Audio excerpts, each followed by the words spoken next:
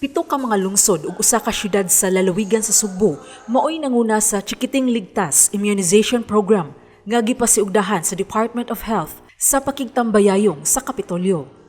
Matod ni Dr. Cristina Yango, pangu sa Provincial Health Office kun PHO, ang 8 ka local government units kun LGUs mao ang mga lungsod sa San Remigio, Tabuelan, Daan Bantayan, Santa Fe, Compostela, Alegria ug Bourbon ug dakbayan sa Karkar.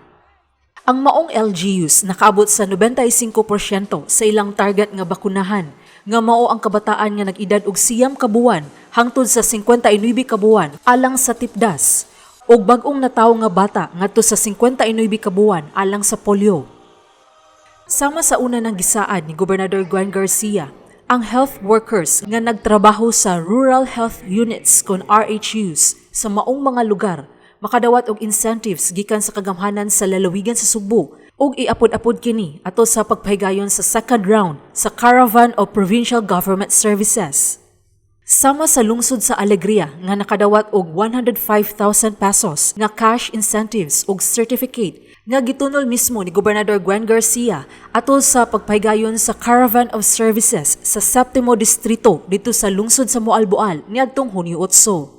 Despite sa panghitabo no nga nagpandemya karon, so ang ato ang strategy nga gibuhat ato, ang una amo ang gipan is purok by purok, then after that kadto nang nag house to house. Ato silang gitudluan kung unsa ang saktong rason ug para asa ang vaccine.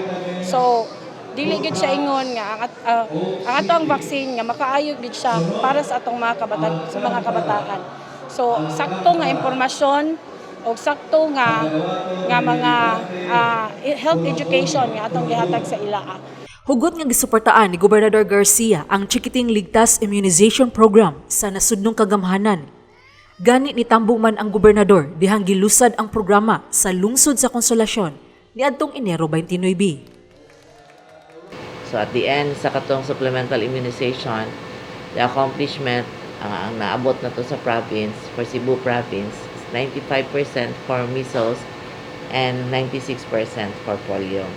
Tungkol sa support sa provincial government with the immunization program, and Governor Gwen kanang promise the health workers na katong maka-reach og target which is 95%, isagaan og kanang prize from the provincial government. Hopefully masikuan nato na ma-maintain nato na minus ang measles cases o ang polio. And also thankful ta sa tanang health workers na kanang naningkamot gud sila na ma-reach nila ang target na 95%. Sheila Gravinez, Balita sa Sugbo.